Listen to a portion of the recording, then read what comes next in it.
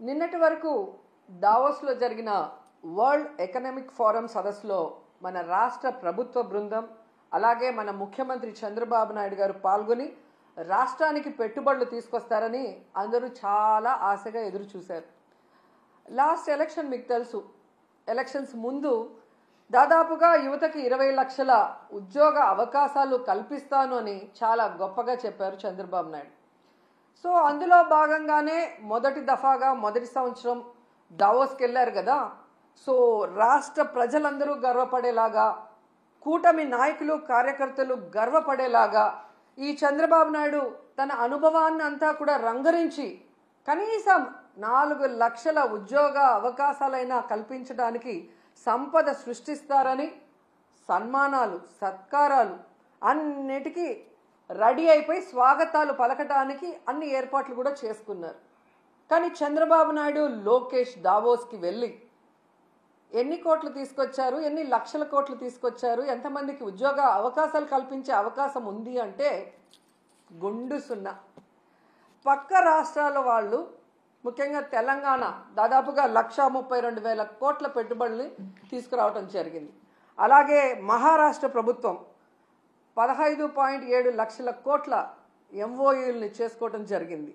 మరి మన రాష్ట్రంలో ఉన్న ముఖ్యమంత్రి నాకు అనుభవం ఉంది, విజన్ ఉంది, విస్తరాకుల కట్టు ఉంది అని చెప్తాడే, మరి ఎందుకు ఇంత ఘోరంగా ఈ రాష్ట్ర ప్రజలు అవమానపడే విధంగా మరి ఉత్త చేతులతో తిరిగి వస్తున్నారో నాకైతే అర్థం కావట్లేదు. దీనికైతే ఓ కారణం ఉంది.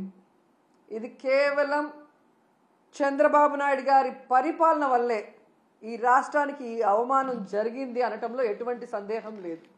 ఎందుకంటే మీరు చూస్తే ఈ చంద్రబాబు నాయుడు లోకేష్ ఈ దావోస్ పర్యటనకు వెళ్ళేటప్పుడు ఏ విధంగా జాతీయ మీడియాకి డబ్బులు విచ్చలవిడిగా జీవోలు రిలీజ్ చేశారు తన కొడుకుని ప్రమోట్ చేసుకోవడానికి అనేది మనం గమనించాం.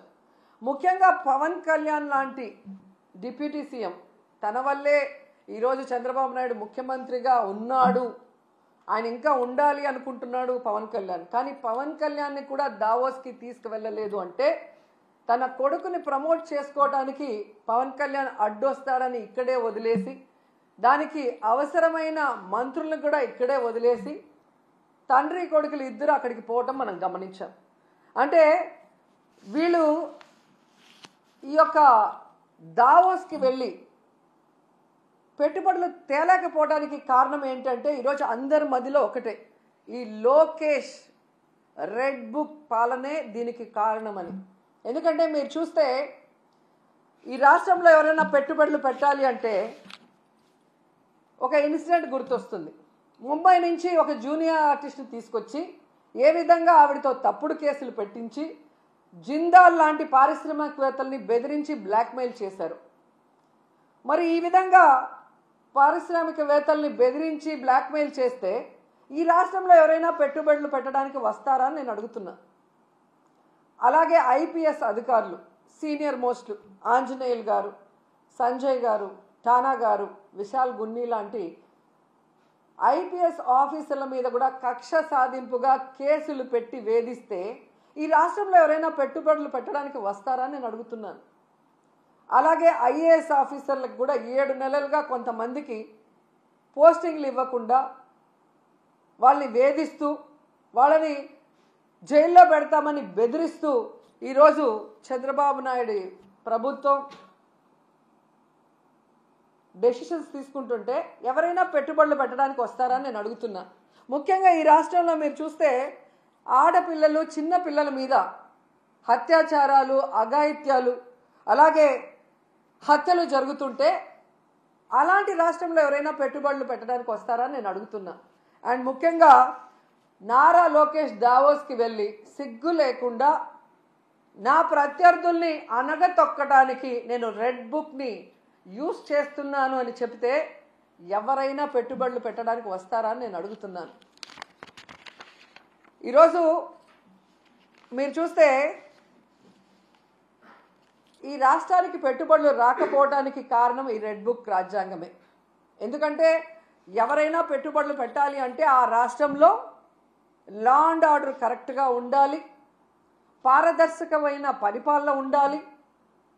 అలాగే రోడ్డు, రైలు, ఏరోప్లేన్, అలాగే పోర్ట్స్, ఇవన్నీ కూడా అంటే ట్రాన్స్పోర్ట్ ఇది కరెక్ట్గా ఉంటేనే అక్కడ పెట్టడానికి అవకాశం ఉంటుంది.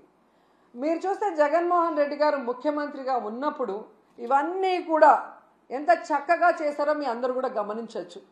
లా అండ్ ఆర్డర్ ఏ విధంగా మెయింటైన్ చేశారు, అలాగే మీరు చూస్తే సచివాలయ వ్యవస్థతో ఎలా పారదర్శకంగా పరిపాలించారు. అలాగే ఏపీలో 3 పోర్ట్లు మచిలీపట్నం, మూలపేట, రామాయపట్నం ఏ విధంగా వర్క్స్ స్టార్ట్ చేశారు. భోగాపురం ఎయిర్పోర్ట్ ఎలా ఆల్మోస్ట్ 35% వర్క్ చేసేయటం జరిగింది. అలాగే 10 ఫిషింగ్ హార్బర్లు అన్నిటినీ కూడా తీసుకొచ్చి మీ చేతిలో పెడితే ఈరోజు మీరు ఏం చేశారు? జగనన్న పారిశ్రామికవేత్తల కోసం రెడ్ కార్పెట్ వేసి ఫ్రెండ్లీ స్టేట్గా ఇన్వెస్ట్ చేయడానికి దాన్ని ఏర్పాటు చేసి మీ చేతికిస్తే ఈరోజు మీరు రెడ్ బుక్ రాజ్యాంగం అంటూ రాష్ట్రంలో ఈరోజు లా అండ్ ఆర్డర్ లేదు, రోడ్డు పైనే నరికేస్తున్నారు మనుషుల్ని. అలాగే ఎవరు నోరు తెలిసినా వాళ్ళ మీద కక్ష సాధింపుగా తప్పుడు కేసులు, ఒకటి రేప్ కేసు, లేదా అటెంప్ట్ టు మర్డర్ కేసు, లేదా ఎస్సీ ఎస్టీ కేసులు పెట్టి చట్టాన్ని కూడా తమ చుట్టాలుగా వాడుకోవాలన్న ప్రయత్నం చేస్తున్నది నిజం కాదని నేను అడుగుతున్నాను. అలాగే ఈరోజు మీరు చూస్తే ఈ చంద్రబాబు నాయుడు, లోకేష్ చేస్తున్న పనుల వల్ల ఈ రాష్ట్ర ఇమేజ్ దెబ్బతినటం వల్ల ఈరోజు దావోస్లో పారిశ్రామికవేత్తలు ఒక్కటంటే ఒక్క రూపాయి కూడా మనకి ఎంఓఈ చేయకపోవటం చాలా బాధాకరం. ఎందుకంటే ఈరోజు వీళ్ళు దాదాపుగా ఈ స్పెషల్ ఫ్లైట్లు, కోట్లు, బూట్లు, సూట్లు కని వీళ్ళ ఖర్చులకే 20 కోట్ల పైగా అయింది. కనీసం ఆ దారి ఖర్చులకి అయిన డబ్బైనా ఎంఓఈలు చేసుకొచ్చారంటే సిగ్గుచేటు.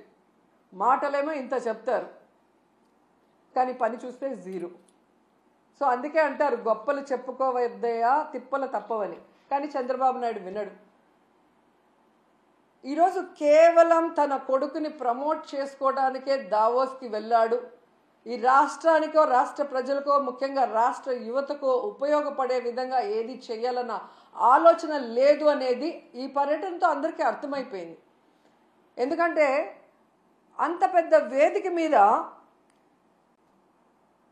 సీఎం చంద్రబాబు నాయుడు గారు మా రాష్ట్ర ఆర్థిక వ్యవస్థ చితికిపోయింది, చాలా పేద రాష్ట్రంగా మేము మిగిలిపోయాం అని అంత పెద్ద వేదిక మీద చెప్తే ఏ పారిశ్రామికవేత్త వచ్చి ఇన్వెస్ట్ చేస్తాడు?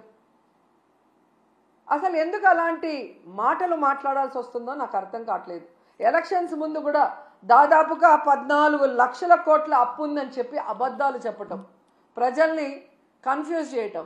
తీరా మొన్న అసెంబ్లీలో చూస్తే బడ్జెట్ డాక్యుమెంట్స్లో 6.5 లక్షల కోట్లు మాత్రమే అప్పు ఉంది అని చెప్తారు. రాష్ట్రం విడిపోయాక నువ్వే కదా మొదట ముఖ్యమంత్రిగా 5 సంవత్సరాలు ఉన్నావు. నువ్వు ఎంత అప్పు చేసి దిగిపోయావు, 5 ఏళ్లలో మేమేం చేసామో చెప్పాలి కదా జనాలకి. కానీ బయట ఒకటి లోపల ఒకటి మాట్లాడటం. ఏదైతే ఆంధ్రప్రదేశ్లో అబద్ధాలతో, కట్టుకథలతో, పచ్చ మీడియాతో ప్రజల్ని మభ్యపెట్టారో అదే విధంగా దావోస్లో కూడా మీరు మభ్యపెట్టాలన్న ప్రయత్నం ఈరోజు పెట్టుబడిదారులు పారిపోవడానికి కారణం కాదా చంద్రబాబు నాయుడు, లోకేష్ అని నేను అడుగుతున్నా. ముఖ్యంగా జగన్ గారు